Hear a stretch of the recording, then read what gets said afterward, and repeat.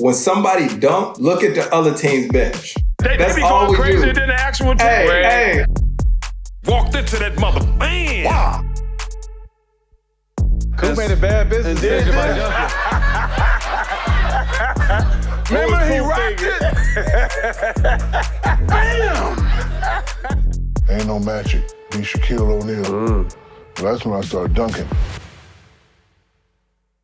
Nothing screams all the smoke like a classic in-your-face dunk. We've been blessed to sit down with some of the greatest dunkers in the game, from Dominique Wilkins to Shawn Kemp, Ronnie Fields. Jack, a ton of guys come to mind, but who were some of your best in-game dunks? Give me 3 or 4 best in-game dunks. One, I'll go Stromae Smith. That's fucking crazy, you said. I was literally thinking Stromae and who? I mean, you could name any of his dunks. Yeah, he windmilled on somebody when he was in drop step windmill.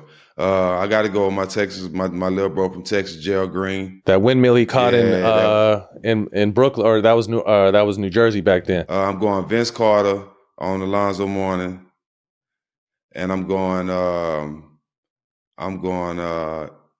MJ on Pat Ewing. I'm going Shawn Kemp on Alton Lister. I'm going Baron Davis on Andre Kirilenko. I'm going DeAndre Jordan on Brandon Knight. Who else am I forgetting? And Shaq when he dunked on Chris Dudley and wrapped his legs around him. Yeah, that was nasty. Well, I hope you guys enjoyed this episode, brought to you by DraftKings. The crown is yours.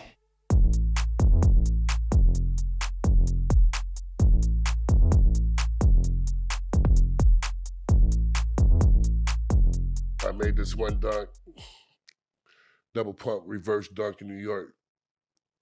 Garden stopped, bro. Referee stopped. The ball just bounced. Pat Riley called a timeout, yelling at his players because nobody was moving. They was in awe a little bit. I felt the crowd. I felt the shit. Well, let me tell y'all this, man. In the next 30 days, I think I had 54 dunks. So it just created a beast. You gotta taste I mean, it. and when I say about dunking, it wasn't, I went from dunking, I was trying to fucking rip it. Take the rim trying fucking to off. Meaning it. Damn it. I was trying, it didn't matter. And I made this note, man. I would make this note. So on my bathroom mirror, me and my partners, man, anybody that we was play that was like a 7-footer, we would cut a picture off of them and put it on my damn mirror in my bathroom. Got all of them. And then I was like, they was like, you got to get this big motherfucker. My boys would be like, you got to get this big motherfucker, this big motherfucker, this big motherfucker. All of and I was like, fuck it, why don't we just get everybody? Guards, big men. Anybody can whoever get under there. Whoever, it didn't matter. So it was just like, my mindset, man, was just like, I could just dunk on any and everybody. It didn't matter. 5 feet away, 3 feet away, double pump reverse, double windmill. Anything possible, man. It was like Double windmill. So it was just like, He said that shit and just kept talking. Double windmill. Yeah, man. So it was just like, it was all statements. Yeah. Do you have some favorites? Obviously, the Alton Lister one is big, and we've seen that. What was The going? Rattling Gatlin. Oh, Rattler. Yeah. That Rattling Right Gatlin here, was my a good one because that. right here. Now Alton, That was what Alton Lister, right? The story don't say, but the truth of it is, he tried to hurt me. That was a playoff game, and he actually tried to hurt me before that. So he basically threw me to the ground, kind of slammed me to the ground. I told his ass, "Let me get your old ass back. Let me get you back. I know how to get you back. I ain't gonna fight you because I'm gonna get kicked out, but I know how to get your ass. I'm gonna put you on one of these posters." The Rattling Gatlin, right this is one of my favorite ones because I couldn't believe this nigga really gave me dap. How did you feel about that? I loved it, man. That's I was just ultimate like, respect. man, when he gave me dap right there, I was just like, man, that's, and we was partners too. I was just like, damn. Got me. He's like, damn, and that's what you do. When That's shot what you're blockers doing. gonna win, you gonna lose. Ugh.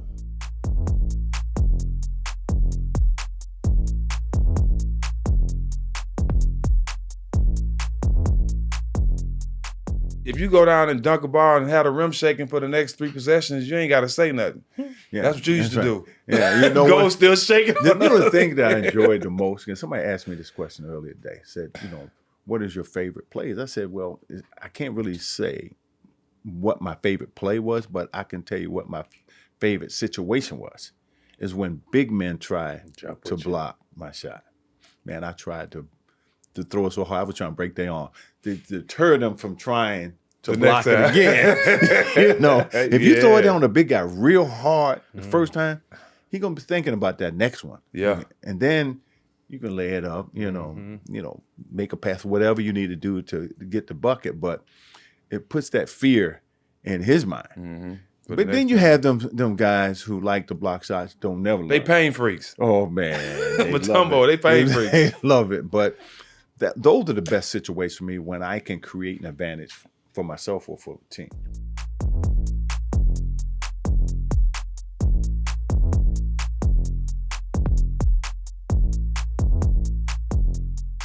Michael Jordan dunked at me on CBS, man, and all I was thinking is, in my park, when you got dunked on, they took your sneakers. And I just sat there and I go, I'm going to hear it. Like, the only thing in my brain is my brothers are going on you. My phone's going to blow up when I got home. Did you go up and try to, you tried to Man, time I it? thought I had it. You know what I'm saying? think he had it. I thought you I heard the had energy he I had with that? thought I had it. He went up so fast and then moved in the air, and I just grabbed his face. Because I was like, you can't dunk this. And I grabbed his face, and he still dunked it. And his tongue was out. And you try to take it out real quick, like Alonzo Mourning. They were like, no, that's a foul. And then the cameras on you. You trying not to be in the camera. I was like, I got my ass. Oh, that's funny.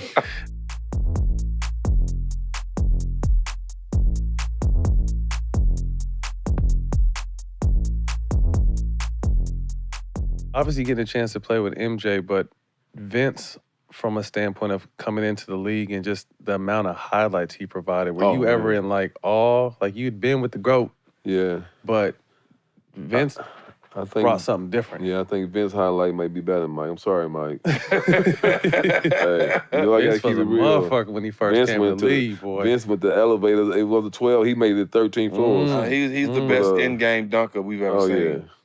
Yeah, him and Dominique for his tip dunks. The human highlight film. Yeah, but Vince, whew. I know. Man. It was crazy. Oh, man. When he got Alonzo, he leaned on it. Open the door there and let me close it. Mutombo, he leaned on everybody. This motherfucker was fun. Yeah, them was the days. He put the show on. He had like a 10-year run. Vince and the dunk contest and up in Canada, he left. Air Canada. Air Vince.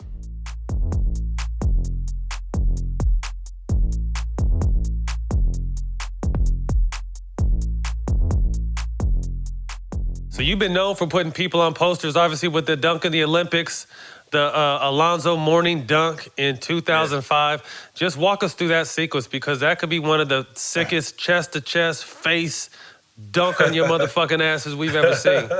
So 2005, we're playing at Miami, and the first quarter, the game starts, and I go baseline, boom, dunk on Zoe. All right, cool, whatever. When you dunk on Zoe, you better be happy, because Zoe coming back, he gonna try get to block you. you. That's just what it is.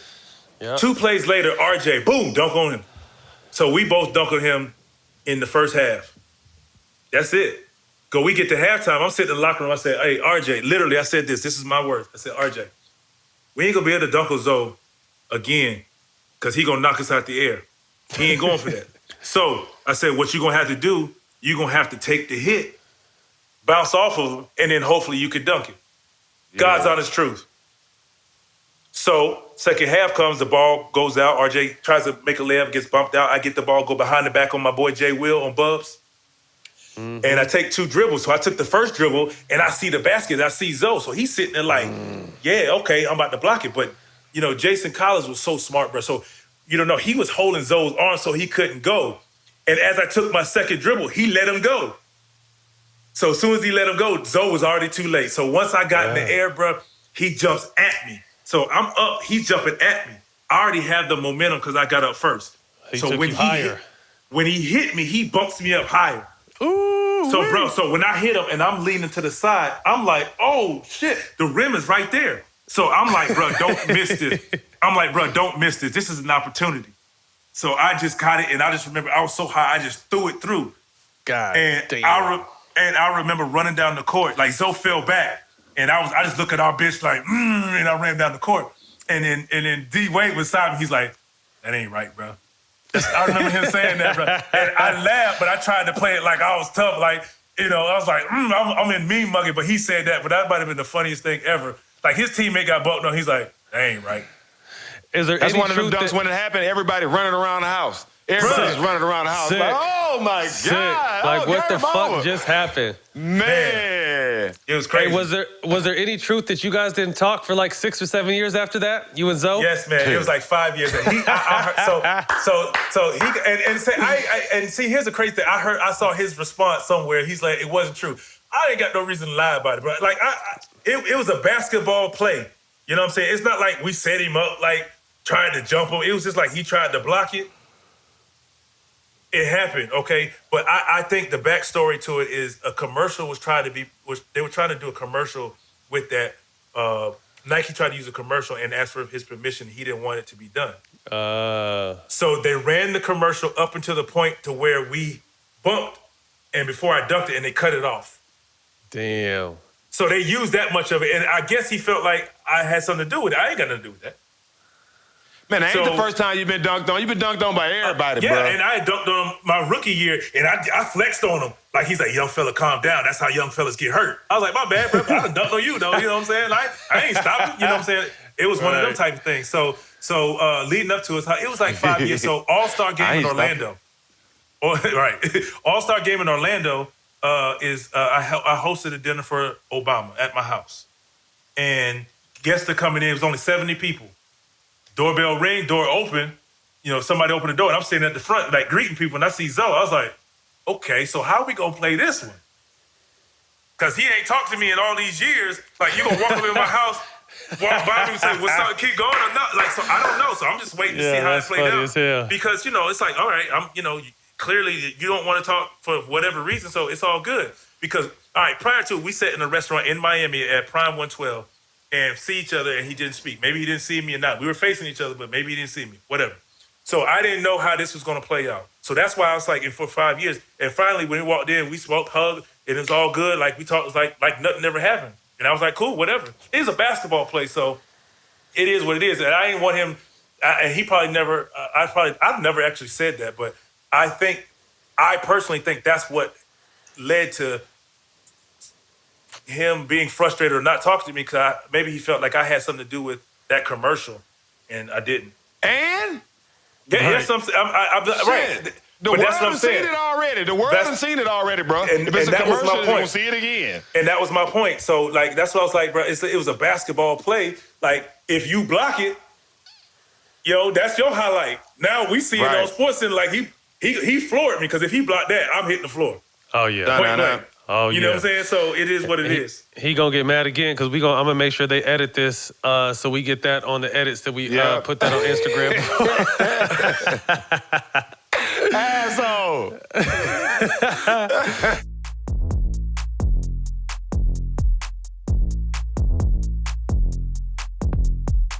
We had Vince Carter on the show a while back, and he said the dunk he had on you in Miami kind of fucked your guys' friendship up for a little bit. Y'all didn't speak for me. Any truth to that? That's not true, man. Why is he telling everybody? He said you ain't talked to him about 5 years. No, man. First of all, I invited Vince to my golf tournament. He never came. Okay. Listen, I love Vince. I love what he's done for the game. He caught me, but ask him how many times I blocked his shot. Right, no question. We know that. Absolutely. We know that. Absolutely. We know that. Yeah, exactly. All so, right. but he caught me. I mean, Vince was that type of guy where, and I had the ability where I would meet guys at the rim. Yeah. I just meet you at the rim because I had big enough hands and I was strong enough to really just catch you because I knew you were coming. I knew you were coming to the rim, so I'm going to meet you right at the rim. I will wait for you. And sometimes it was kind of risky because you get caught sometimes. But with Vince, I went up to catch his, And he went up another level. I was like, oh.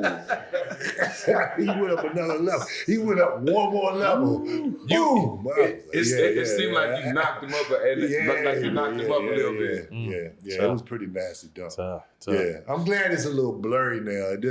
It's not in like HD. That's a little crazy. Yeah, man.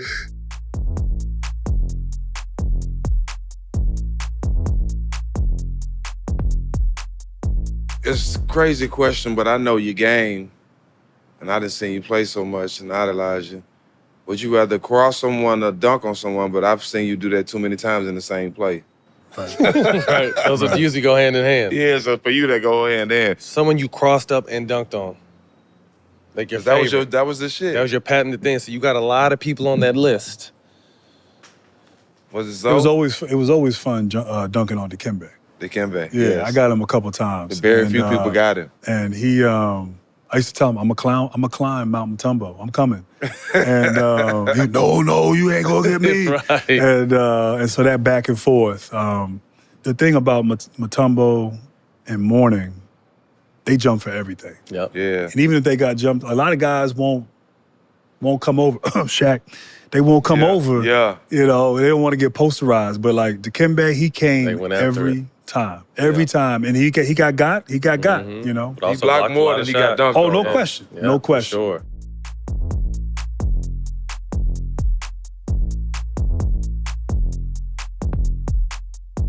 How can I create an advantage?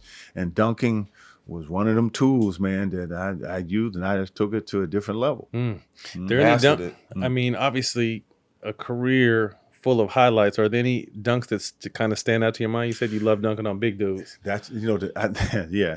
I think one of my favorite dunks was against Bob Lanier at the end of a game. I remember I'm on the right side and I come to the middle, and Kevin Greavy cuts me off, and I go back baseline. This it right here? Jump. That's it. That's the one. Hey! Was that a double pump reverse? Yeah. On a 7-footer? To the side. So you see a ball fake. Hold on. Post game, though. How many guards had post game back then? Step through. Hey, let me tell you, he didn't speak to me for 9 years. I swear to God. I said, why you not? I mean, what's up with that? He said, it's just recently my daughter said I need to get by that. He said, this little skinny kid dunk on you like that, you should be embarrassed, Pops. God damn.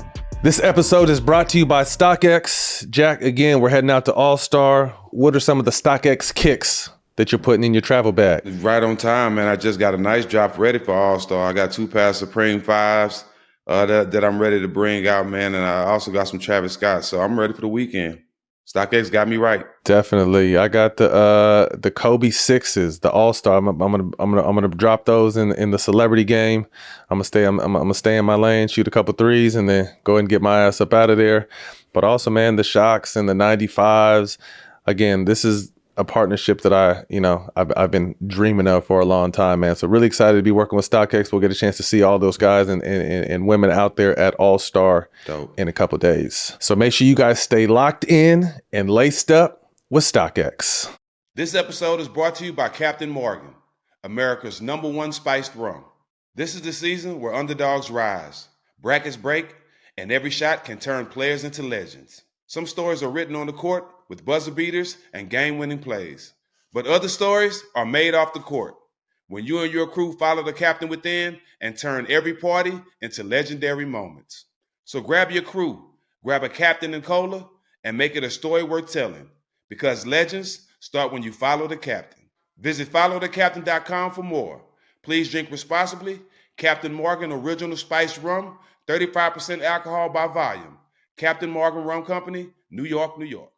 Hoop fans, the NBA trades have been crazy. Get in on all the actions with my partners at DraftKings Sportsbook with Pick 6. Pick 6 is a fresh and exciting way to play daily fantasy sports. All new customers who play just $5 will get $50 in Pick 6 credits. Download the DraftKings Pick 6 app now, sign up using the code SMOKE to claim your offer. Getting started is simple. Pick just 2 players and choose if they'll have more or less of a stat. Lock them in and compete against each other for a shot at huge cash prizes. Download the DraftKings Pick 6 app now. Sign up using the code SMOKE, only at DraftKings Pick 6. The crown is yours.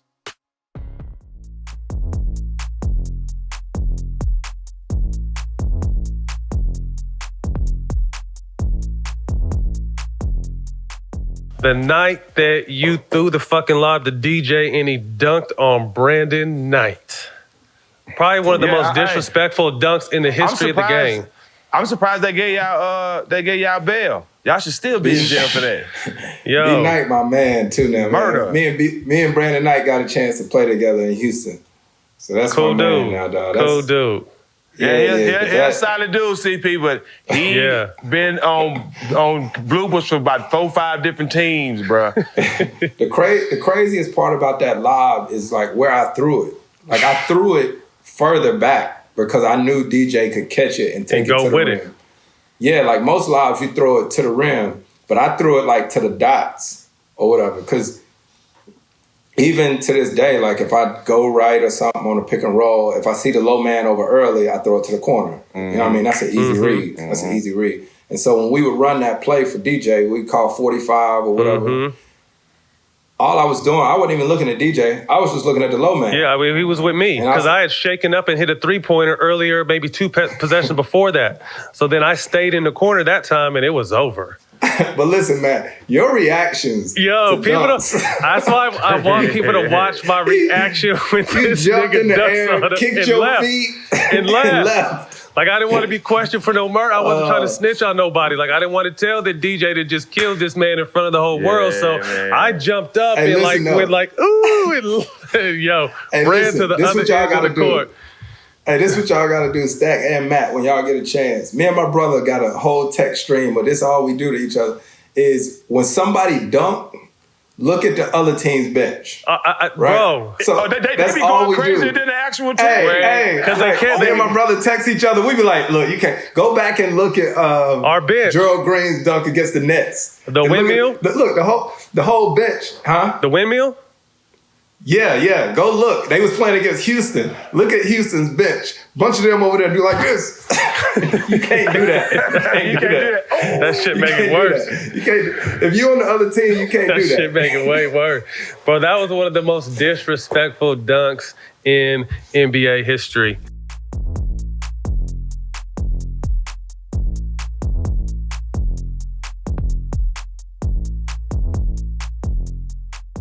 Dr. J is someone you looked up to. Yeah. I heard in college he kind of rolled out the red carpet to you. Explain that story about Dr. J. Yeah, so I was leaving school, and I called him up. And so he said, I said, hey, what is it like leaving? You left, so I want you to tell me what it's like for me to leave Michigan State early. And so he was explaining to me on the phone, and then he said, I'm gonna do you one better. Fly out to Philly and hang out with me for the weekend. I said, what? Doc? No, Doc. That's the doc. This is Dr. J. Right. Saying a young fella can come hang with him, and he put me up at his crib at the big mansion. Yeah. How'd he pick you up? A limo. Come on, man. Then a brother was like, oh, shoot. I'm calling everybody. I'm with Dr. J at his house. And so, you know, I'm sitting there living in the living room, and he's talking to me, and I'm just zoning out. Like, I can't even believe it. I've always had docs on. Yeah. So now I'm with him? Oh, it was crazy, man. So we hung out the whole weekend. Wife took great care of me as well. I went to a couple playoff games. He was in the playoff. He gave me some great advice. And then here it is, 7 months later, I'm playing the brother in the NBA Finals. My idol.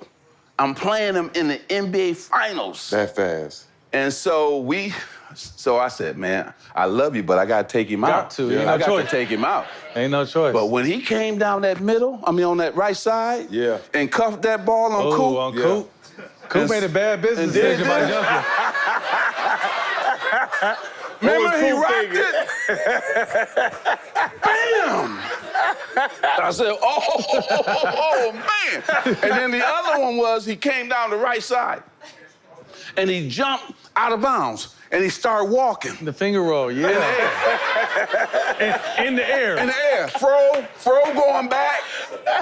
Bunted against the glass is good. I said, man, this dude is too much, man. He was doing that George stuff before Michael. Yeah. And people forget that. Yeah. He was the first dude walking in the air. Oh, man, it was so much fun playing against Doc. and that we won.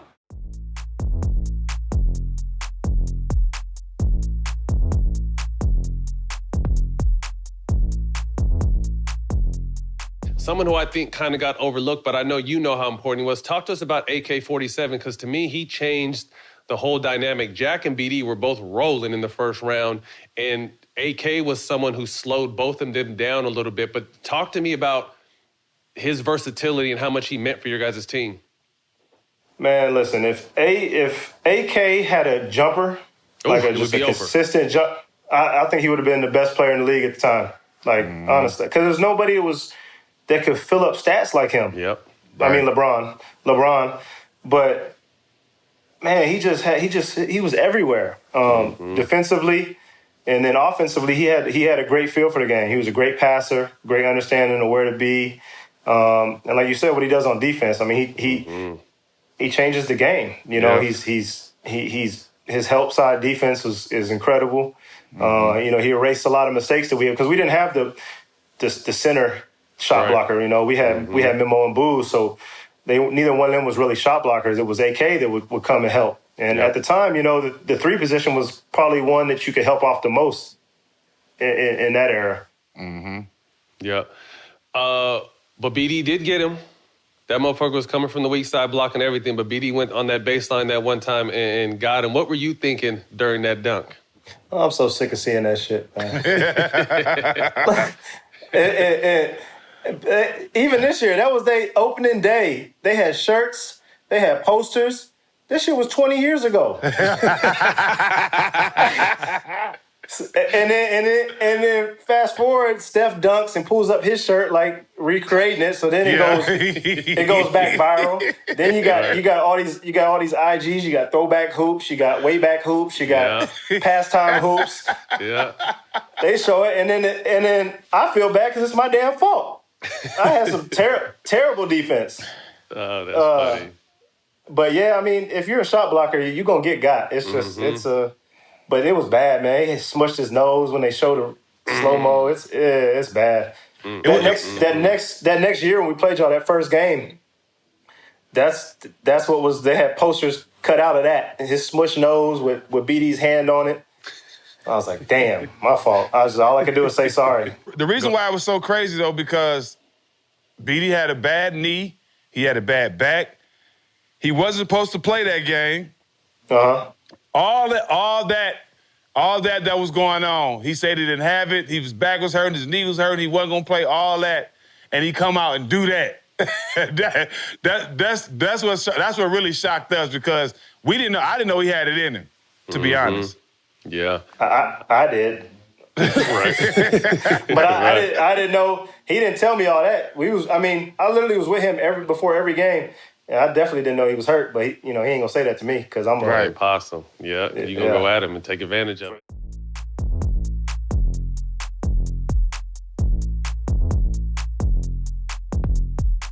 Take us back to your upbringing, your family dynamic. Military kids, so moving around. Born and raised in Newark, New Jersey. High-level juvenile delinquent. Got out of there just in time.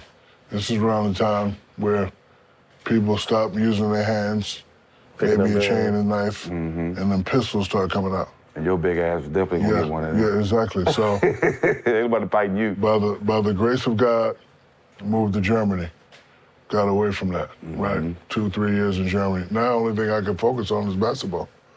So I'm terrible. 6'9", cut from the freshman team, cut from the sophomore team. Again, my father comes in the house, get your ass up. We gonna go see this college coach, see if you can get a scholarship. It was Dale Brown. So I went in there and said, hey, coach, I need help. I ain't make the team, blah, blah, blah, blah, blah, blah. What age are you at this point? This is like 13. Okay. But I'm 13, 6'9", can't play. I got bad knees. I got Osgood Slaughter. I got the brown knee brace with the hole in the middle. Old school joint. I'm slow as hell. I can't do anything. People laughing at me. So Coach Brown writes me. I do everything he say. So the next year, I still didn't make the team. So I send him a letter, man, I'm gonna just join the Army. Just join the Army. They right. I can't walk and shoot gun at the same time. I can't do it. So he said, no, I'm gonna offer you a scholarship. So now we leave and I come back to Texas. and I go to a small high school in Texas, our team is terrible. I make the team. I'm like, oh shit. And I'm starting to get a little confident. And then my dad take me to see John Concact, and now everything just changed overnight for me. Everything just changed overnight for me. Being that I was a hip-hop kid, had a little rhythm, I'm not doing with Kareem, I'm not doing those sky hooks. I like this magic cat. So I started working on my little handles, right? And then when I first started dunking, I never wanted to dunk. So junior year, I got 45 at 3. I'm killing the little dudes I'm playing against. I finger rolls it, I miss. My father comes out in his fatigues. Timeout. He walks in the middle of the floor. He wasn't coaching, he was just pops. Yeah, he just pops. Timeout. I say, yo, man, timeout. Go bring your ass outside. I'm cool. Then Public Enemy out. I got the Flavor Flat. Like, I'm cool, right? Yeah, I'm cool. So he takes me outside. See, yo, man, fuck you doing? I said, man, I'm just, I'm working on my little mat. Whap! Smacks me. Ain't no magic. Be Shaquille O'Neal. Well, that's when I started dunking, right? And the reason why I've always dunked so fierce because I was mad at him. Yeah. And I wanted to tear the rim down. But it was just regular dunks. So then I'm go home and, he making me watching college games. And I'm watching Syracuse play. Sherman Douglas throws it to Ronnie Cycling. He dunking, but he getting his legs up. I was like, oh, okay. So the next game, my father's there, I'm dunking and getting my legs up. So when I learned from that, people started doing that. Hell yeah. I was like, oh, okay. I got something there. So that's when I just started dunking, dominating. And I'm the type, I was always a jealous kid.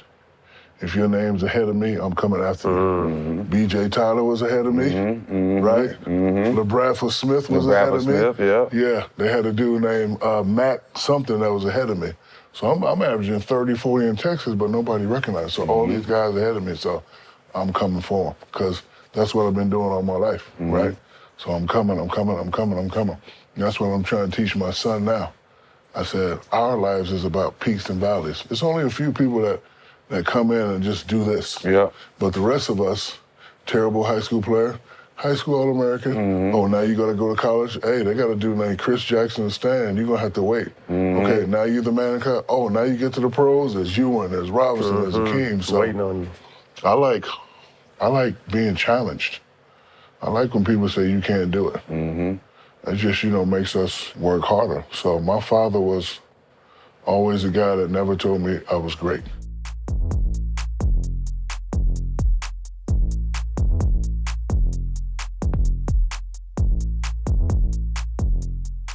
You guys run through the East, and you guys run into them. What was it like? There was one picture, I think, in that finals where Shaq was dunking on everybody on the team at one time. Absolutely. In one video. Bro, that is one of the best pictures in sports history.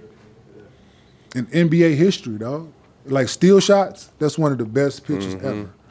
How tough were they, though? Huh? How tough were they in their bag, though?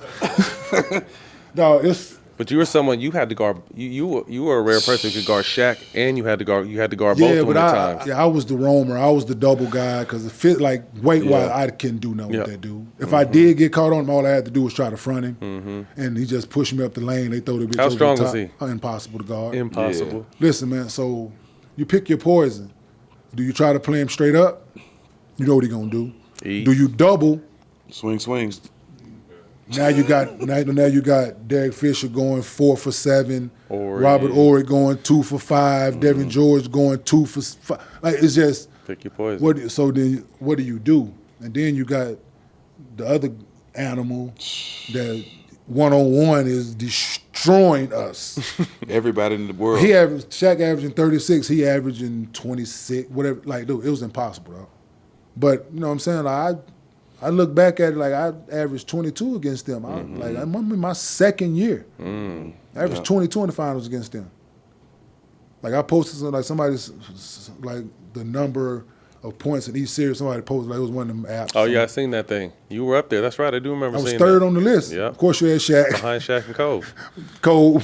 And then K-Mart. Then you know what I'm saying, so I averaged 22 in the finals. Like my second year. Like game 4 on our home floor, I'm like, man, we ain't getting swept. Like, fuck that. Like, I'm not going home tonight. Like, we going back to L.A. You went home that night? Yeah, we went home that night.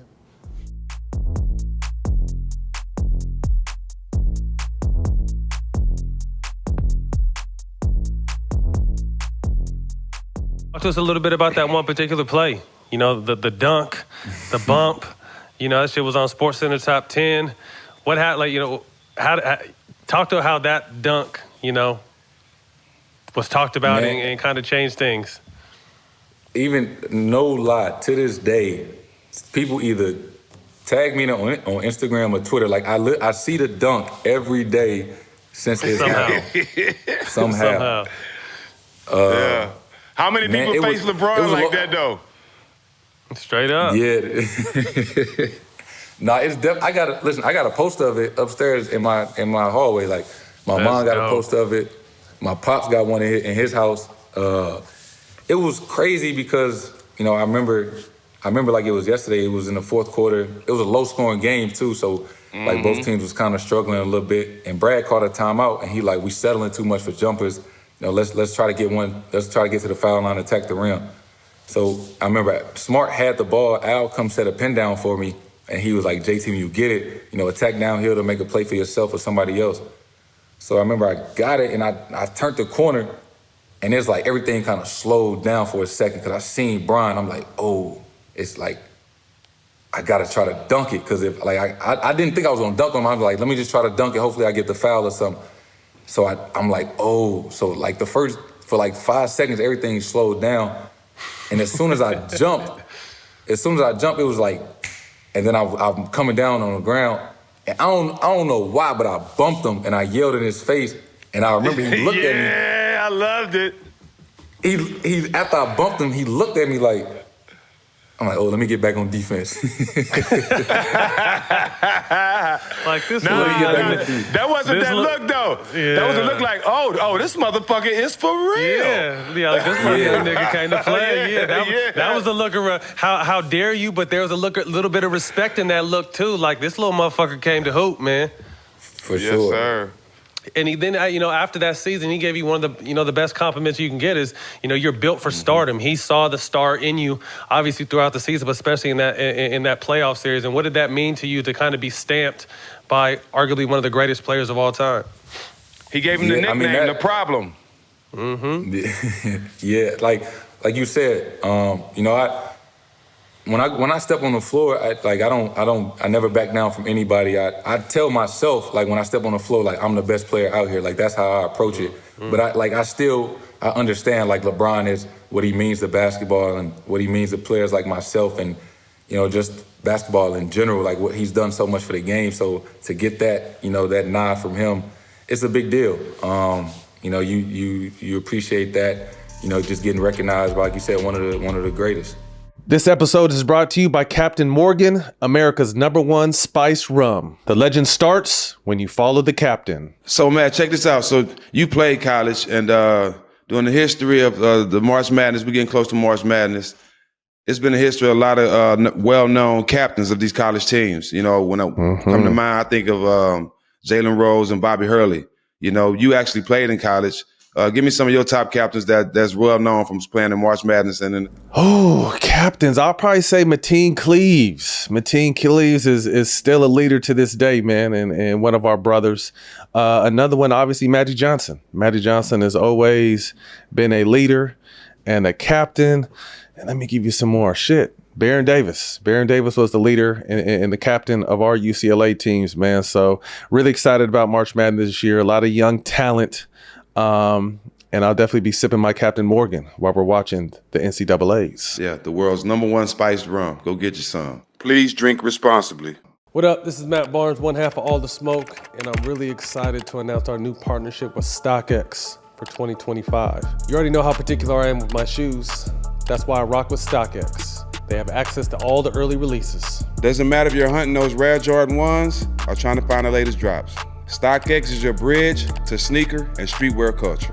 Plus, their market data lets you know exactly what everything is worth. You know I've been collecting all the Travis Scott Jordans, but now with StockX, there's price transparency. No more guessing what's fair. You see exactly what things are selling for. Hit StockX.com right now and level up your collection. StockX, now you know.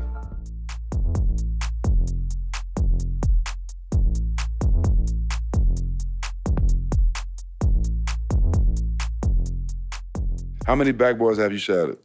Just one. I broke a lot of rims, but just shot at one board. That was impressive. At the right time. Yeah, that's the right time in the tournament. At the right time, man. Talk about that. My man Jayson Sasser, bro. Shout out to Jay Sass. His nephew Marcus is a hell of a player. Plays for the University of Houston. Marcus Sasser is his nephew.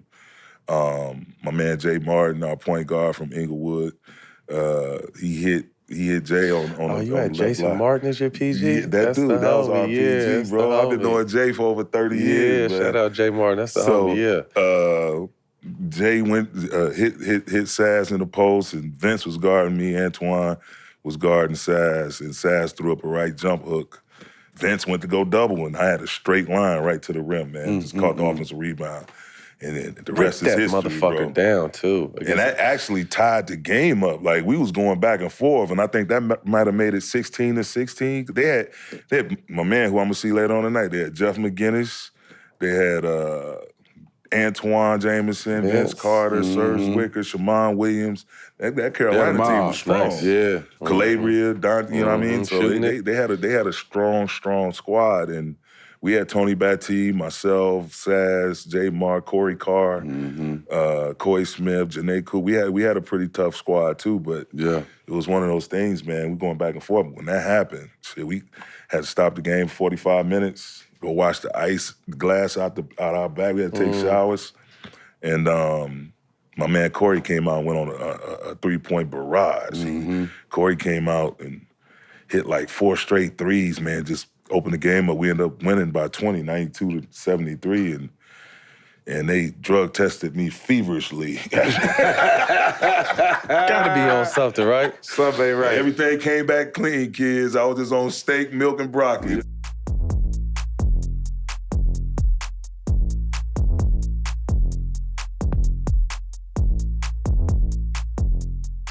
Frederic Weiss, when you Weiss, jumped over a 7-footer, what were you thinking? Real 7-footer. You can't practice that shit. You can't dream of it. You know, we're not going Adrenaline. yes. I don't want to shortchange it. He was 7'2", but you know, he turned Talk that shit then, Hey, goddamn. wait, no. Hear me out. Talk your shit, man. Talk your shit. Fuck that. Talk your shit. But when he turned his head, it put him 7 feet. So he was legit 7 feet. So it happened. You know, when you playing in the All-Star game, sometimes like shots are few and far between. It just all depends unless you're rolling. But it was one of those things. He threw the ball behind his back. I get the steal while everybody's running transition. I see the rim. I don't see him. I see the rim. So I said 1-2, took a dribble, and I just jumped. I didn't pay attention to where I was jumping from. So, you know, the paint is different than the NBA. It's a different shape, it's wider. So in my mind, so when I jump, I see him, and all I remember, God's my witness, all I remember is touching his shoulder with my left arm. I'm focused on the rim because I thought I jumped too far. So in my mind, I'm thinking, I'm about to get hung and make a Sprite commercial, bro. Like, I jumped too far. But I was just trying to get up before the defense get back. You got to pass it, set it up, blah, blah, blah. So I just attacked the rim. So when I jumped, I hit him. I didn't even think about hitting him more. I thought he moved out of the way or he tried to take a charge and fell down.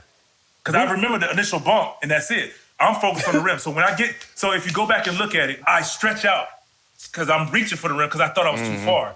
But I end up dunking the ball with my wrist because I actually had enough, flight time. You was high. If you would. You know what I'm saying? I had some air miles, so I had enough. So when I hit the rim, my celebration when I almost punched KG, I was celebrating that. I wasn't celebrating that I jumped over him because I didn't know. That's crazy. That was my favorite. That was my favorite part of the dunk, seeing you and KG. That was hard. That's what KG, because KG went nuts. Right. We were celebrating 2 totally different things. Yeah. That's what's crazy. I was like, yeah, I made it. He was like, yeah, motherfucker. I'm like, yeah. But, bro, I didn't know I jumped over, buddy. Until after the game. Crazy. Could you imagine? I didn't know until after the game. Not knowing you jumped over a 7-footer? 7'2", excuse me. I mean, whatever. I didn't know. So the rest of the game, nobody said a word. So I asked Steve Smith, I said, Smitty, how come you ain't saying nothing? Like, nobody said nothing the rest of the game. He said, brother, we still didn't believe you just jumped over a person. Oh, I mean, all right, that's fair. So after the game, Gary Payton homeboy showed me on the camcorder. Damn. That's when the little camcorders just came out, the little small ones. Not what Shaq had. Joint. Yeah, they just came out that summer. And that's how I saw it. I watched it 7 times like, wait, what? That shit is sick. Yeah. Epic.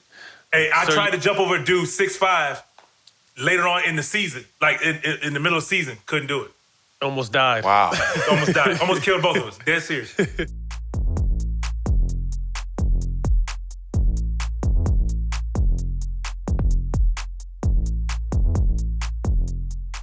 Vince Carter comes in town. Second year. 1998, your second year. Comes and takes the league by storm. That's was that a rumor or is that real life your cousin? No, we're cousins. Okay, They're real cousins. Our grandmothers are related. Okay. Two jumping ass motherfuckers. So, what was it like? Nah, bro. That's next level. You dig? That's next level jumping ability right there. And what this man used to do, I mean, Stat, you played against him in high school? Y'all played against him in high school? No, but I seen him live in high school one time. So before I knew we were cousins, I played on junior team Florida, and he was on the older team. He played before me. I played before him, and when I played, Team Florida. So yeah, this is before I knew we was related. I'll play first, and then our team would sit and watch.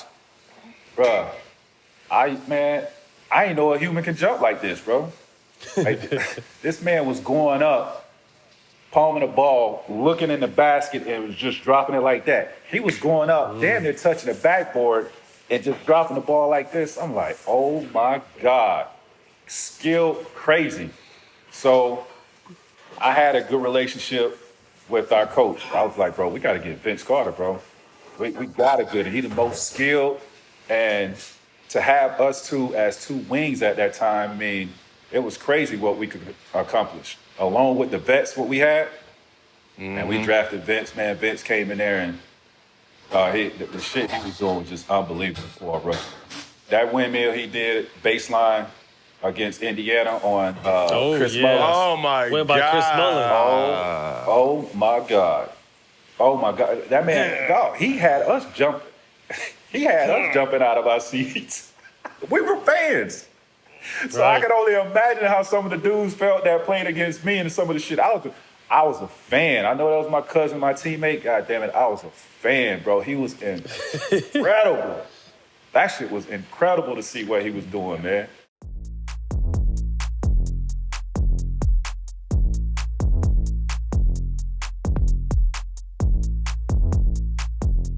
It was the first time for everything. So like it's Has anyone did anyone dunk on you that season? You get dunked on by anybody? Rookie, I be forgetting. He's a shot blocker. That's what I'm saying. Yeah, because that's why I know he be going up and contesting. That's why I'm saying it's only it's a matter of time. You're gonna block enough, but you're gonna get dunked on too. Yeah, probably. It's probably someone I can't. I don't remember them. It's hard for me to remember them, and I ain't even bullshitting because I really would say it because because I do block a lot, so it is gonna happen. But when it happens, it just like I'll be forgetting. It can't be. Oh, I mean, I don't even want to. Come on, you might as well share shit. You might as well share it now. Yeah, I mean, Belicia ducked on me. Yeah, see, it's the ones you wouldn't expect. It's not the high flyers, yeah. In Sacramento, I banged on him. The first half, I went left, banged on him, talking crazy. My bench, I'm talking crazy. And then in the fourth quarter, he comes down the lane and gives me, and the whole crowd remembers, and they're going crazy. And then I got subbed out right then. I'm like, Coach, that's the worst. It was an and one, so I'm like, oh, and you got subbed out? I got subbed out for like 9 minutes. I got subbed out so long that they put me in to like be on the ball at the end of the game. Like I got subbed out for a minute that game randomly. Like I was like, man, like, damn. But to wear that shit. I remember. I think that's why I remember that one. That one was weird.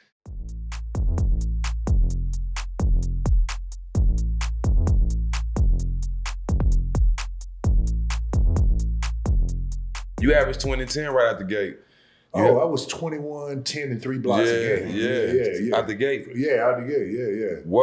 That year, what do you think was your welcome to the NBA moment? MJ. Took a breath before he said it. Hey, we gonna start calling them initials. Initials. Yeah. MJ did when he dunked on me. and he dunked on me, screamed, he flexed and screamed. I was like, man, I because I remember had that blocked one. a bunch of shots, he came on. It was like, I mean, the roar after he dunked on me, man, I was like, okay. Yeah. At home or in Chicago? Oh, it was at home. Oh, he got me good.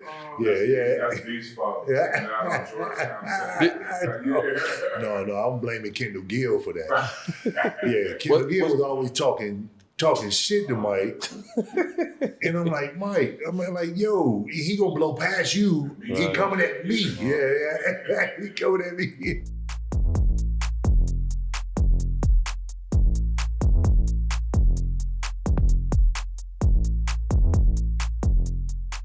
He played at Rainier Beach High, produced a number of players such as Doug Christie, Nate Robinson, Kevin Porter, Deontay Murray. Who were your teammates? You got any fun stories around the time when you was playing there? Nate was the one I played with. So Doug was 10 years ahead of us, and then Nate was in the same era as me. So I was a senior, he was a freshman. And Nate was the same way he is right now. Like at 6 in the morning condition, everybody like, man, what are we doing here? Nate's up there laughing, getting everybody in trouble, running around, acting a fool. So I remember one game, Nate threw me a lob, and it was a badass lob. There ain't no way I should have caught it. But sometimes you throw the bad lob, that creates the best dunks. And so when he threw the lob, I had to stretch all the way back, and I got it, and it's like I thought I was gonna fall forward. I just felt all off balance, but I dunked it. And Nate was laughing like, I set you up, ball, ha ha, Nate. And I was like, damn, I did that, man. I feel like I did a somersault. I ain't never doing that again. So I kept my game on the ground after that. I was like, Nate, I'm cool. You crazy, dog. Nate is a problem, dog. He a fool, man. A fool. Full time, little walking muscle. Yes, he is. Yeah, he don't get hurt. He grow a new muscle. If anybody, I tell people all the time, if anybody could have played football, it's Nate motherfucking ass. Yeah. So Stack, he was basketball player, state player of the year his senior year, football state player of the year, and owned the record for the hurdles and track all in the same year. Like he really could have did anything he wanted to do. Yeah, no, I say he's one of the greatest athletes ever. Ever, by far.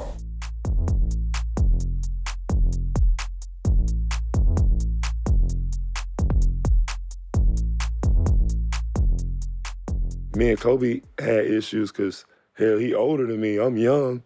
You got two alpha males. Mm-hmm. I'm a young one, he an old one. He want his way, and I'm happy-go-lucky, and I want my way, but in a happy way. I'm having fun. Like, shit, nigga, give me the ball. I'm going to go dunk on this nigga.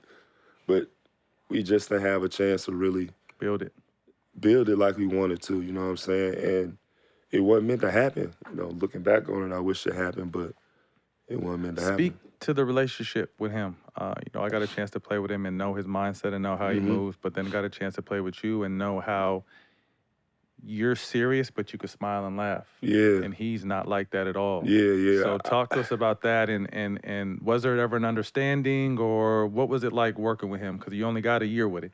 I don't think it was the understanding that we could and we should have, with time. Because there was so many expectations, and I'm going through my own shit with trying to recover from this back surgery and then tearing my labrum. And it's like, man, how do I deal with somebody that I grew up watching as a child? But now we teammates. We just played each other in the finals. Right, literally. So, like, we got this rivalry, like I want to beat his ass, but now we teammates. So it's like, shit, I can't do that no more. But it's Kobe Bryant. You know what I'm saying? He dunked on me. I want to get his ass back. Ooh, he dunked on you tough, bro. Shit, I forgot about that. You really had to do all that? Yeah, because that was But one for of them real? ones. That was one of them ones. But for real? You didn't got other people. But for real? But that was one of them ones. Like the whole time you was over here laid back. Yeah, but yeah, he dunked on you and shit. That was one of them ones. Hey, you done paid people back 100 times worse, but that was one of them ones, bro. He did. I see it now. Look at me. Look out. He dunked the shit out of my ass, but I was young. What happened was, I didn't think he was going to dunk because I didn't know he was. I didn't know. Was that your rookie year or second year? It was my rookie year, so I thought he was finna come over and do like a pull-up on the glass. So that was 8? That was 8 Kobe. Yeah, so 8 was dunking everything. I didn't know. Oh, okay. Until after. He found out. I found out. Yeah, 8 was dunking everything. He split. It was Pat Garrett and Deshaun Stevens. He split the pick and roll. And I jump over and come through like that, like I was going, I don't know what the fuck I was thinking. And so then I closed my eyes too. And all I heard was boom and oh! I said, oh shit, this nigga thought on my ass. So then Brian Grant, he said, welcome to the league, young fella. I said, oh shit, man, this nigga Kobe got me. And then right after that, my homeboy, it was my birthday, so he made a cake with Kobe dunking on me. That's hard. Everywhere I was at, I could see a picture of Kobe dunking on me. And it was like, me and Kobe always, this some bullshit. We always been connected after that. Every picture I done seen, I'm in the background. Like, fuck you, Kobe, you done dunked on my ass. Now I'm in all your pictures in the back. Like, but yeah, man, rest in peace.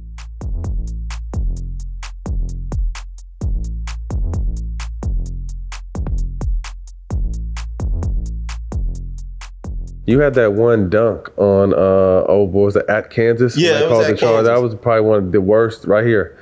That was what do you see when you see young KD right here? What do you think? Well, used to fly. Yeah, bro. I used to get off the ground. Really get up in the air.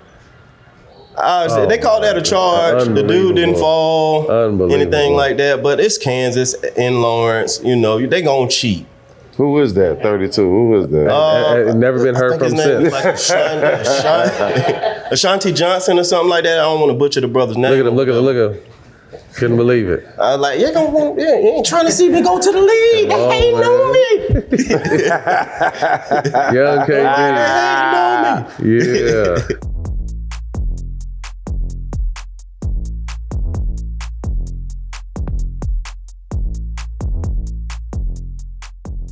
How long did it take Kareem to adjust to what you were selling? Yeah, it took him all season that first year. First of all, they thought I was coming in to take over the team. And I told them on the first day of training camp, I said, listen, man, I'm here to help you. I said, where do you like the ball? He said, what? I said, where do you like the ball? I said, you like it high, you like it in the middle of your chest, you like it low. He said, no, I like it high. I said, that's where it'll be every single time. I said, I'm here to help you be more successful. So that first game, he hits a sky hook from the free throw line. Now, not from down low, from the free throw line to win the game in San Diego. So I go running, I jump, and I'm choking him and hugging him. And I didn't let go for about 2 or 3 minutes because I had never seen a shot like that, game-winning shot like that. So he got me to the locker room. Rookie, come here. Don't ever do that. We have 81 more games to go. We can't be this high after game 1. So all the players now are looking. So now I got to make a decision. That's right. So everybody's looking at me in the locker room like, what you gonna do, rookie? So I turned around and said, you hit a shot like that 81 more times. You know he's taller than me. Yeah. I'm gonna jump in your arms 81 more times. And that showed him that I wasn't gonna change. You can't intimidate me, and I wasn't gonna change. I'm gonna be who I am while I let you be who you are. So them first 50 games, you know, all the other fellas, we high-fiving, chest bumping, we having fun. He would score just one down. Yeah. We score, we high-fiving each other. Man. It's showtime. So right when the playoffs started, he did a hard dunk on somebody. So he came out looking for somebody. He looking for the chest bump. Now he want a chest bump. Now he want a high five. We were like, uh-oh. Yeah. We got him.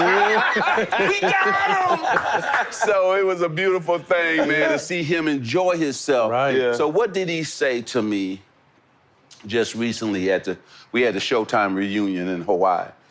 He said, Irvin, you showed me that I could show my emotion and enjoy the game. You changed me.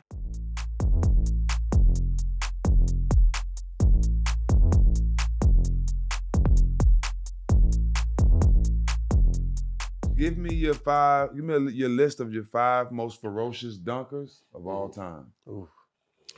Man, Daryl Dawkins. Oh, I thought I said it wrong. Daryl Dawkins.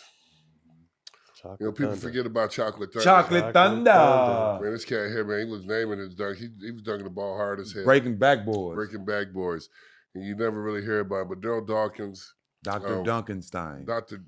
Duncanstein, Terrence Stansberry. A lot of these old guys. But these are guys I used to watch dunking the basketball.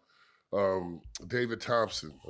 Yes, sir. David Thompson was one of the baddest, coldest dunkies ever. And This dude was gliding from the free throw line, dunking it sideways, man. The dunking 2 balls. 2 balls at one time. Come on, man. They said he could touch the top of the backboard. Absolutely. Damn. Absolutely. He used to do that. Absolutely. I realized that I could jump in high school when I could touch the top of the backboard. Damn. That's crazy. Yeah, once I could do that off a vertical leap, and my coach would have this drill where I would have to do a drop step, touch the backboard, top of the backboard, run on the other post, drop step, touch the top of the backboard again. So you had to do this consecutive times, man. And like I said, it was great. It just made me stronger. Absolutely. Stupid spring. Did you get it? Besides yourself, That's you're 4. in there. Oh, and I'm gonna say Shaq. No, I mean Shaq is Shaq is a different beast. Dominique. But Dominique Wilkins, man. Dominique was Dominique Wilkins. If you watch me dunk, you gotta see a little Dominique inside me. I was one of them young kids that was watching, was it TBS when we was growing up? Yeah. When Atlanta had Atlanta on the game, the Hawks. Man, we used to, and it was like Dominique Wilkins show. You know, Dominique got that ass curl up in his head. Let's go watch Dominique Wilkins, man. And so absolutely, Dominique Wilkins, man. You got a chance to play against him though, right? Yeah, no doubt. How cold was he? Man, he was a cold. And I'm gonna tell y'all this, man. Dominique was so cold when he tore his Achilles. He still came back dropping 50s and 40s on people. People forget that.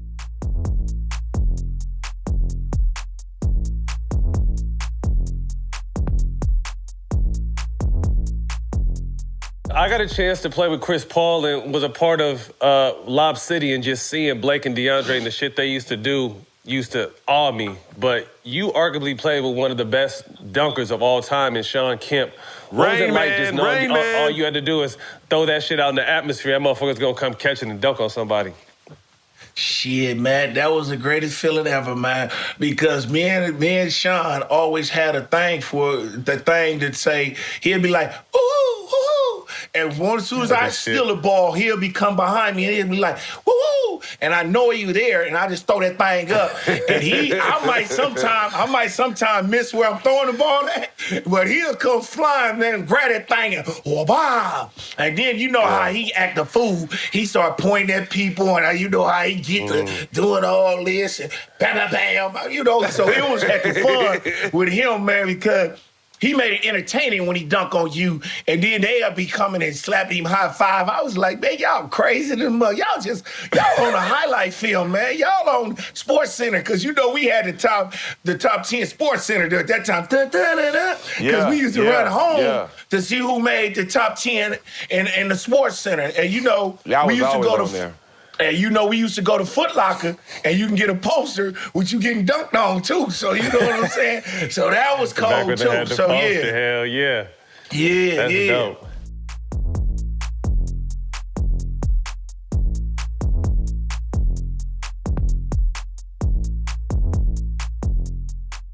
Every era of the NBA has those stars, those personalities, those talents that you wonder, are we ever going to see this again? Because I can remember watching Michael and Neek have some unbelievable, battles.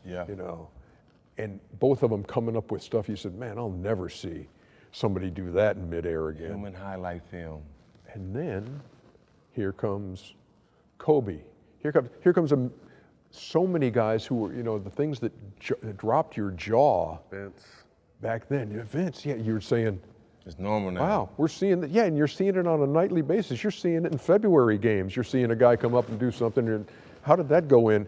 And there was a time you thought, I'll never see anybody do that, and now you see it a lot. And just the athleticism in the league I don't know where it goes from here, guys. I mean, you see so many things on a nightly basis that really defy description, but you kind of get used to seeing them now. We're spoiled. Yeah. That's why I think to me, the dunk contest is so hard because what can you really do from here? I mean, with Zach LaVine and Aaron Gordon and Vince and all these dunks, like you got to almost kill yourself to do something amazing. And then, like you said too, now we're seeing some of these challenge competition dunks in games. Yeah. Like they're getting it off in games. You're like, what the hell? Like, what is Vince Carter out here doing? Yeah, no, I think, the Vince in Oakland in 2000, that was my favorite. Because it's the first time I ever heard an arena at All-Star Weekend sound like a playoff game. I mean, when Vince did his thing and did it all on the first try. Right. And did it so effortlessly, the building erupted. It was like somebody had hit a game winner. And from that height, then now you've had, you mentioned Aaron Gordon and Zach LaVine. I mean, they came up with some great stuff. But what can you do anymore that nobody has ever seen? It's all just kind of a little variation, a little spin off of that, and if you say, wait, that was pretty original, I say, no, really, that looked like what he did in 2015. Right.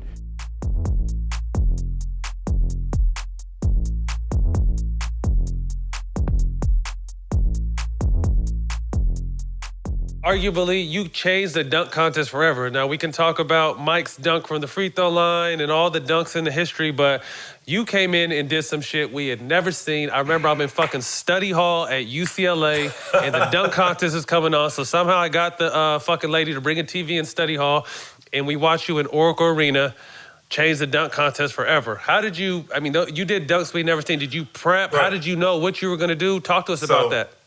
So leading up to it, first of all, it took the act of Congress to get T-Mac to do it because he didn't want to do it. People don't know that. Like, he put on a hell of a show himself, and he did not want to do it. Who else was in that dunk contest? That was a good dunk contest. Okay, who was in Ricky Davis, Steve Francis, Ricky could fly. Stackhouse. Oh. I'm forgetting. That's all the ones I could think of right now. It was crazy. On his level. Oh, and T-Mac. And T-Mac and him. So, that was 6. Yeah. So it was crazy, but I was just like, bro, we could go out here and put Toronto on the map, and we could show what we could do. Cause like we were fooling around with different stuff. I remember in San Antonio at a practice one day, we were just going crazy, throwing the ball all over the gym off one bounce and just doing crazy stuff, just prepping, trying to figure stuff out. So we had an awful trip there. Our car didn't pick us up on time, so we missed our practice leading up to the contest. So we never got to practice. Our practice was the layup line or whatever, the warm-up line right before this contest started. So we never got to practice. And my routine that I was going to do, I saw all these people, man, and sitting around. You see all the stars and everything. And I was like, all of them were out. Bro, I was like, this routine is not good enough. So I scrapped all of that in the layup line. I was so hyped. It took me everything not to do my dunk routine in the layup line. Like, I was just so hyped, bro. Like, I've been looking for it. Want to get out there and just fly. Just fly. That's it. I'm ready to show everybody what I could do. Like, I've taken, for all my high school and middle school, I didn't care about watching Sunday or the All-Star game. I just wanted to tape and watch the dunk contest on Saturday. And I'm like, bro, I'm finally here. I ain't about to blow this, but I'm about to go ham. So when I got out there, I saw all these people, man, and my energy and my adrenaline was on 10,000, bro. So I scrapped it, and so I was just trying to figure out what to do. So that first dunk, the reverse 360, I had tried before. Shit. My God. So I tried that dunk and barely made it when I was practicing. So I had scrapped that already. But when I got out there, I saw all these people and I saw Torn there. And I was like, bruh, watch this. He's like, what you about to do? I was like, you chill. Walked into that motherfucker perfect too. Right. Man, one dribble just walked into that motherfucker. Wow. Hey, but I was so hyped. So that's why. So if you notice, remember when I dunked the ball, boom, and it go through. And then I was so hyped, my second bounce, I probably could have did a windmill. You know what I'm saying? Yeah. Like, I was just so hyped because I'd never accomplished that dunk like that before. But that was all adrenaline. That was all adrenaline. That motherfucker off, bro. Yeah. So I was just like, so in between every dunk, I was just trying to figure out what next. So I did the one-step 180 windmill. But I wanted to show everybody, like, obviously, you didn't see many people jumping the other way. Hell no, I've never seen it. Right, so I had taught myself how to jump do the reverse 360 and just practice it until I got it. to this day, like if you ask me to do a dunk, I would do a reverse 360 before I do the regular way because that's your go-to. I can't go the other way anymore. Like I can't. This makes no sense to me. It's so crazy. Yeah. You get lost in your old age going the other way. I get lost, absolutely. Like I can't do it. Like I'll barely make it. So that's why I wanted to show. Just obviously going against the grain. Obviously a full extended windmill. Blah blah blah. Whatever. And I didn't know if I was gonna get that high, but whatever. So with the 180 dunk, I wanted to show that I could take one step out of the baseline, soar to the front of the rim while doing the extended windmill. And boom, throw it through. So I didn't get a 10 from Kenny Smith, which kind of bothered me. Hater. So, yeah, but he was like, "Oh, you set the bar too high." Well, walking on the court, that's the last thing. That's the last thing I said to myself before my first dunk. I said, "Show up or show out." Got to. And that used to be our terminology in the band before. Obviously in the South, the band is huge, so we gonna show up and show out. So I was like, this is my chance to show the world my imagination and what I be thinking about in my head when it comes to dunking.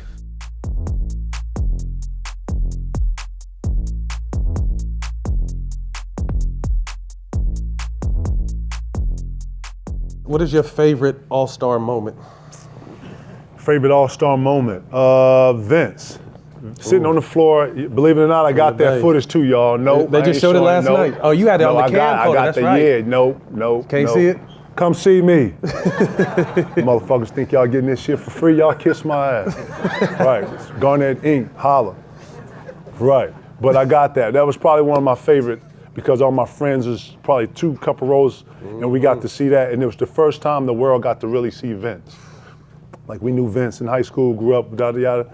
And for him to like put that on display like that and just give us an unbelievable, a lot of people don't know Tracy and Steve too. Stacy and Steve was in that too. You know what I'm saying? That was one of the better before Zach and Gordon. That was probably my favorite. That was probably my favorite dunk contest some time. But out of all the stuff, man, I've always been able to pull something out of each All-Star game. One of my favorites was coming out. I was getting ready to.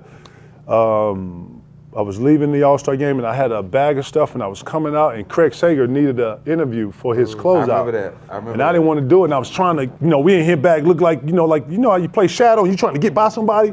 I'm like, Craig, what you doing? I gotta catch my plane, get the fuck out of here, yada, yada. So my assistant, shout to Bill, I call him Shitty. I threw Shitty the bag and said, yo, Shitty, take this to the plane. And I'm trying to get out. He's like, yo, just give me 2 seconds. I need it out. I said, get the fuck out of my way. And I kind of pushed him, I kind of gave him some whatever. And he was like, man, and I saw how he lost. I said, come on, man, fuck it, come on. And I was like, I'm just gonna say whatever I want to say. So, okay, just give me this. I just need 30 seconds to get out of here. Okay, and go. And then I saw what he had on. I looked and I said, oh, hold on, fuck, hold on. So look, I never try to go at you, right? Like, what the fuck? Like, really, what the fuck is this, dog? Like, really, you came to the game like this, dog? And he was trying to get an interview, and I was like, nah, fuck all that, no, burn all this shit. Yeah. Everything, the green thong to all this, and all of it, and kind of gave him a little sound bite and said what up to everybody, and then got out of there, and I turned around and I was like, gave him a shout, he said thanks. But something like that. Rest in peace, Craig. Shout to Craig. Say, bro, you ever had one of those moments where you just want to elevate the night? Maybe it's dinner with friends or a celebration that calls for something a little extra? Hell yeah, that's where Grand Marnier comes in. You've probably heard of it, but have you tried their signature Grand Margarita? It's a twist on the classic margarita. It has the smooth richness of Grand Marnier's cognac with orange liqueur, a bit of citrus, and just the right amount of sweetness. With a taste like that, it's perfect for any occasion, whether you're having a laid-back evening or toasting to something special.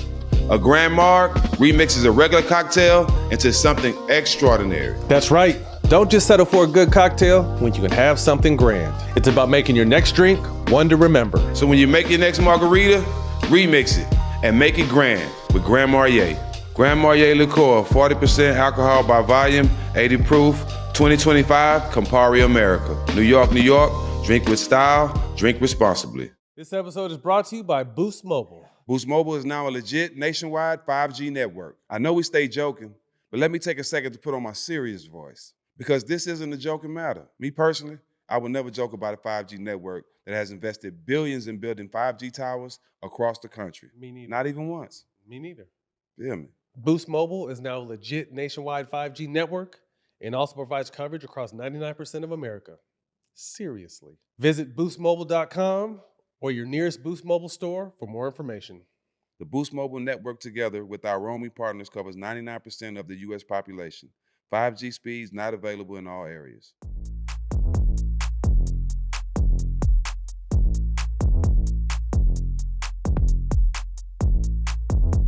So you went 5 dunk contests, 1, 2. The home cooking, you should have won 3. The home cooking in '88 for Chicago when Mike won his. What were those dunk contests? You know what? That's back when the stars, the best players. Well, we wanted were in to it. know who the best was. I don't think guys want to know who the best is. They're scared to know. We want to know They scared to best. lose. No, they're afraid to lose. They what think it it's is. going to, interfere with your legacy or whatever. The fact that they still talking about Jordan and Michael dunk contest 35 years later Crazy. tells you it's the greatest dunk contest, right? Yep. Because you had 2 great players going head up. Mm-hmm. And that one in Chicago was a great dunk contest. And it was funny because after he said, Nick, you know you won, I know you won. But you in Chicago, what can I say? I said, well, I tell you, Mike, give me the $25,000 that they gave you.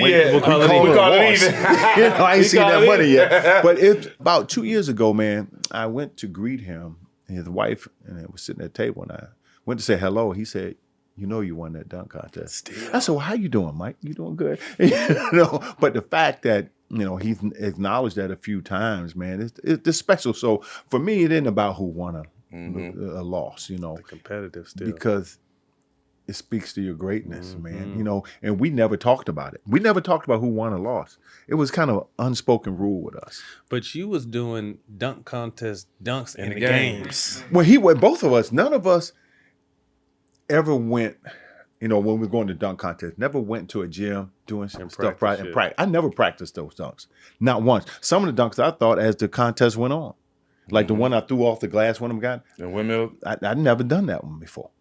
And I just knew, I said, with jumping ability, if you catch it right, and Dunk that, just dunk it hard. Yeah, just dunk it hard as you can, And so I never worked on that stuff, and neither did he. Yeah. Neither did he, man. I would love to see y'all have a one-on-one and talk about like Magic and Isaiah did.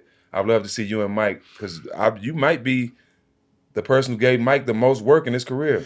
Yeah, we went at it. We went at it. And the thing that we have so much respect for, and one thing he said. That's what I love about it. One thing he said, man, and I looked at it, I'm like, wow, and he actually believed that. He said, when I was going against Neek, he said, Neek was amazing. I just tried to be as amazing. Wow. And I said, that's special. Wow. That's pretty special what he just said, Word. But it just showed me that how special our relationship was, as competitors.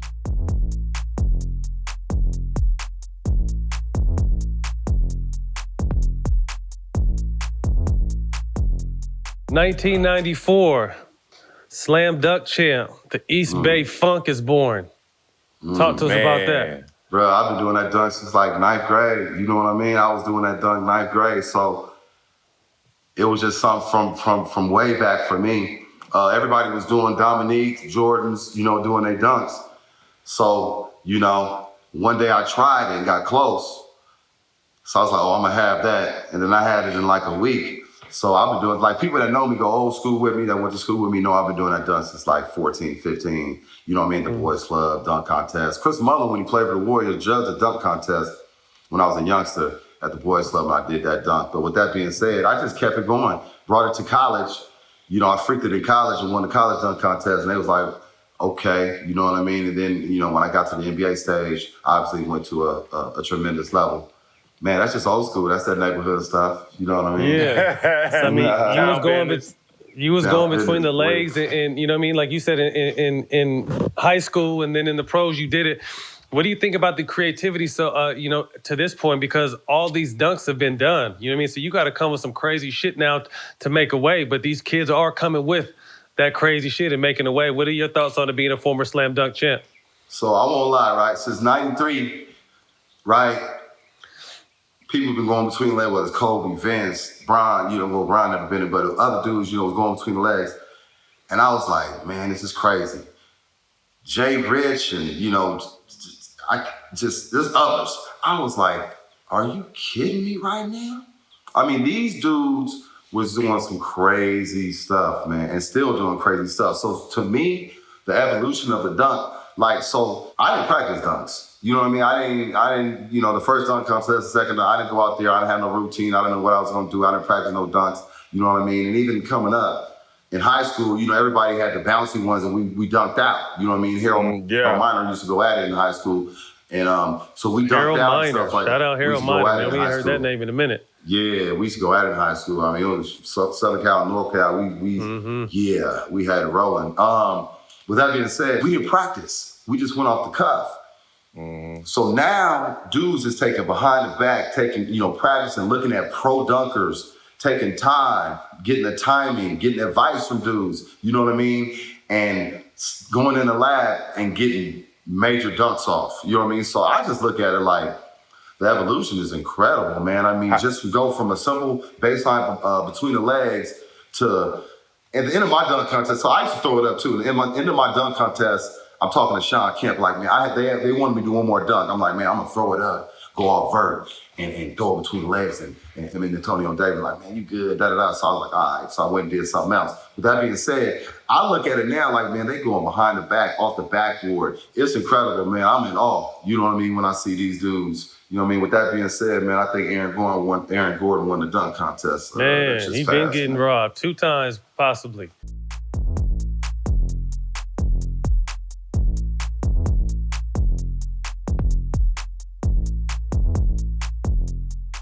When did you start really jumping around? Was it at a young age? Did it come all of a sudden? I think like going into my 7th grade year, like in a gym class. So, all the kids playing around and I'm still trying to like dunk this ball. So class over, everybody leaving. I finally dunked it. So like, how it is, you dunk it. It's over now. Back to class, you like, hey, I did it. So they like, no, you didn't. So season get ready to start. We was at BBR. I get on the fast break. I dunk the ball. In 7th grade? In 7th grade, and they called a technical foul. I didn't even know what the tech was about. And they's like, you can't dunk the ball. So my coach was like, what you mean? I think it kind of caught him off guard. Wasn't nobody else dunking. Wasn't nobody else dunking at the time. And when I really knew I can jump my 8th grade year. In the championship game, on the fast break, I took off with a toe in front of the free throw line and dunked the air when the dude. So you look, think about that. 8th grade. As I'm in the air, the guy come behind me. I'm still flying. The dude had took my shoe off in the air. The place was going crazy. I dunked it. And one came down and dude had my shoe in his hand. You found the film to it? I mean, look, I've been like Miss Williams. I'm like looking for that shit. Looking for that tape. Yeah. Because I'm like just thinking about like that moment. And from there, because people like, okay, you dunk off stride a lot. I was like, that's how I learned. But then as I started playing out there with like a lot of the pros, and they'll give me like a minute a game, then they blocking my shot. And the first time one of the guys blocked my shot, and I started laughing. And he looked at me and said, what you laugh for? I say, because y'all let me play with y'all like I'm a kid. So they started giving me like 2 more minutes here and there. And how old are you this age? This summertime? Yeah, I was at like maybe like 12, 13 years old. Yeah, so they was giving me a couple minutes here and there. And then I didn't look at it as like, yeah, they busting my leg, knocking me down. I was just happy to be out there playing. Yeah. So, when I started playing against kids, I was just destroying them. It was just like the mentality because they weren't as aggressive. So like my 9th grade year, I'm like, oh, I'm gonna play the sophomore. And my coach was like, Wolf was like, no, I'm gonna start you on varsity. I'm like, what? And he started me on varsity. I think that first year I was like 16 a game. And then every year. Start going up. It went up, yeah. So. Were you ever measured with your vert? Or I mean, is it urban legend that it's 50 or was it 50 plus? It was a 50. It was a 50. It was 50 now. Insane. Ain't no question about that. It was I think what shocked people, I think this one they looked at, and I think this one may be on tape. Leonard Miles, about 6'5". We was playing down in Danville, Illinois. He got on the break, and he had one of the hardest one-legged jumps like Braun. Yeah. I get up. So this time, I'm like, doing the chase down, and he laid it up. I said, dude, you do that again, I'm gonna get now his whole wrist over the square. Like this how high it was. I said, you do that again, I'm gonna get it. 5 plays later, he didn't think to dunk it. Man, I went up there. Now, if you watched it, when they was rewinding it, the ball over the block, the square. That's why I went up there and grabbed it with 2 hands and just snatched it down. I think the game wasn't even over and everybody ran on the court. It was still like the third quarter. And that's when they was like, okay, don't nobody, and because I sit back and watch that block. And I say, man, I told you to dunk it. He's like, man, I ain't expect nobody ever to jump up there and grab no ball like that. That was another memorable experience. I tell you, with my guy Leonard. I talk about this all the time since we talking about you dunking and jumping at 50. Nike slam dunk contest. God. You, Shea Cotton, Mateen Cleaves, Corey Benjamin. Yes. Baron wasn't in that? Baron Davis was in that too? Yeah, Baron Davis as well. Bro. Mateen used to have hops like that? What? Yeah. Mateen was like you, Matt. Yeah, Mateen was like you. He was top 5 quarterback in the country and the top 5 point guard in the country. I didn't know he had bounce though like that. No, he can fly. That's crazy. He can fly. He can get up. Uh-huh. But you remember that dunk contest? I never forget that dunk contest because let me tell you something. Like Shea was Dominique Wilkins. Listen, man. Look, they was calling that man a man child. First of all, built like that in ninth grade. Ninth grade. I'm like, dude, come on, man. What you eating? 230, 6'5", 6'6". This wasn't the day of holdbacks and double holdback. He was really that big at that age. Yeah, that man. Yes, he was, man, like when he was attacking the rim and dunking the ball, man, it was just like, I'm like, dude, why you mad? Like the whole stanchion, everything moving. Just like, so he was the one I was worried about in the dunk contest. Corey Benjamin was more like Clyde Drexler. He glide through there. So Shea did a windmill from the side, and I was like, I ain't showing motion, but I'm like, is that the one he threw in the air and caught? Yeah. Any footage of this? Anyone ever seen it? We got to find it. I think Nike Camp has to have it. Footage of that dunk contest. That's the best because somebody sent me. It was like somebody sent me the dunk that won it for me. So he did that dunk, and then Corey's brother came up to me. It was like, look, yeah, Corey winning this. And I never forget one of the guys from Chicago was sitting by me, Larry Alloway, and Bibby was there. All of a sudden, he backed me. I'm like, I know this boy ain't finna try to jump from the free throw line. Corey did that. Corey did it. So now the place erupted again. So now it's my time. Which year? Well, I don't mean to cut you. What year y'all at this point? I think it was like 95. This is going into 96. Going into 96. Junior going into senior year? Going into our senior year. Yeah. And then they both looked at me like, what you gonna do? I ain't say anything. So like now all these guys doing is run and start everything. They throw me the ball. Matter of fact, Ray Allen was at the camp too. Yeah. Yeah, he was one of the counselors. Counselors. All the Nike guys. So I got it. I walked to the free throw line. And I was just like, I had done a windmill. I had done 2 of those. But I'm finna do something I don't think they see. And I didn't even run. I said, look, I did a windmill 360. When I done it, this is when I knew how high I was. Bro. When you see Vince Carter do that, I was to a point where I was so high when I turned, I was like my neck and all is like looking this. Down in the rim. Looking down in the rim. That hard.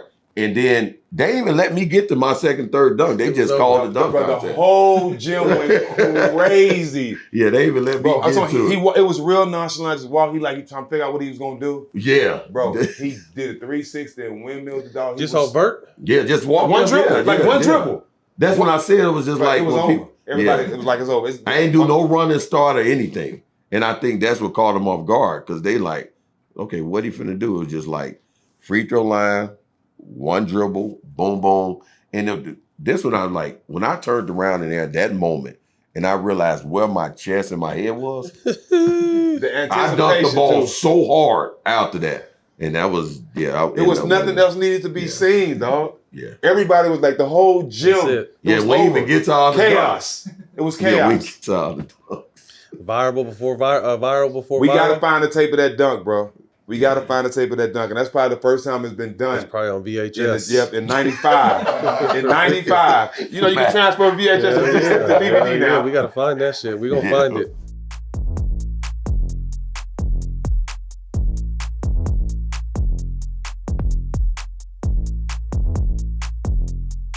Is this an urban legend? You got your first practice through a radio dunk contest? I did, bro. Is that crazy or what, man? Radio dunk contest. Man, I'm gonna keep this 100 with y'all. Yeah, got to. What you mean?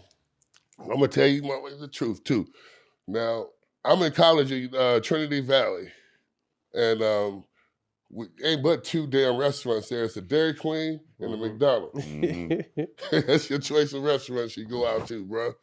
And in Eastern Texas. And they came on the radio and they was like this. They said, hey, there's a dunk contest next Friday night. And the winner of the dunk contest gets to practice with the Mavericks all weekend. 3 practices. Fuck out of here. Yes. They said 3 practices if you win the dunk contest. So everybody in every junior college around Texas was trying to get in that motherfucker, man. I mean, you name it, San Jacinto, Tyler, every last school. Glenn. Man, come on, man. Man, we was down there at the Dallas Arena, man. It was probably 60 contestants, man. And I won the dunk contest that night. And I got a chance to practice with the Mavericks. Now, I get to the Mavericks practice, and guess who's on the damn team? My teammates. Detlef Shrimp, Sam Perkins.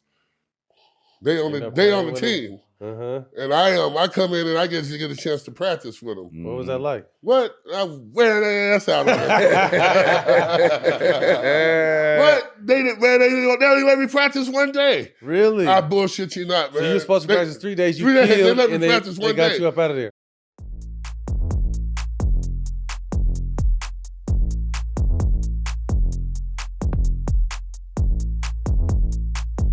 Tell us where Elevator Ernie was born at.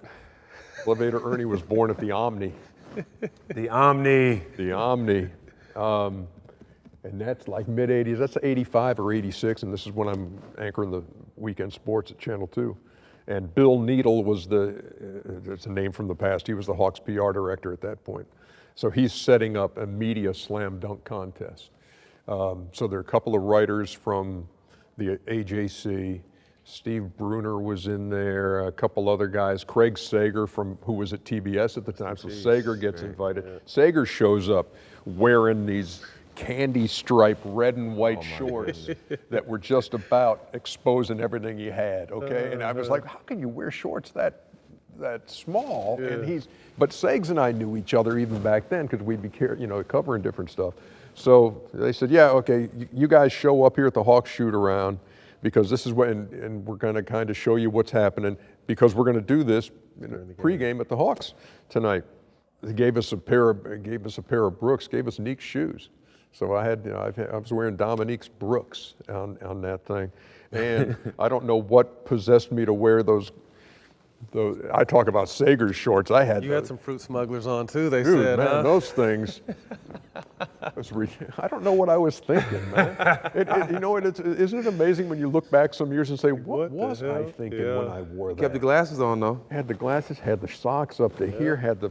But that was a style back then, though. Yeah, the huggers, man. It was, the grape smugglers, as Kenny always calls them. So so that's where it started, and they gave us the T-shirts, and mine said Elevator Ernie, and I had not like I came out here and said, hey, make mine Elevator Ernie. Elevator Ernie. You just showed up at that night and they said, here's your T-shirt. Oh, Elevator Ernie, okay. And so we did like on an 8-foot rim. It was some brutal entertainment. But I look back at some of those pictures and I saw Craig Neal, who was one of the judges. Yvonne Joseph, member from Haiti, was a center at Georgia Tech. He was one of the judges. And then somehow that video resurrected itself on our air, and now it won't go away. So now at any slow moment, anytime they want to hurt me, they bring that thing out. Could you jump? Did you ever dunk in real life on a real golf? Look at me, come on, man. What do you think? I could touch a net.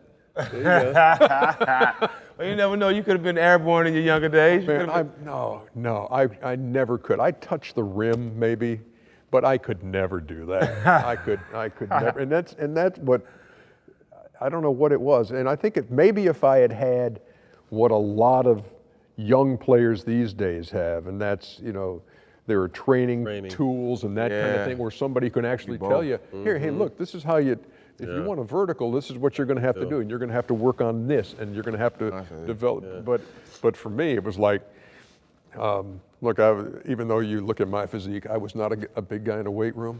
I know that's surprising, but it was like, I'm one of those guys who were like, when I was taking PE classes and they started doing pull-ups, I always found a way to kind of get to the back of the line every time, and then they say, oh, let's move over here. Good.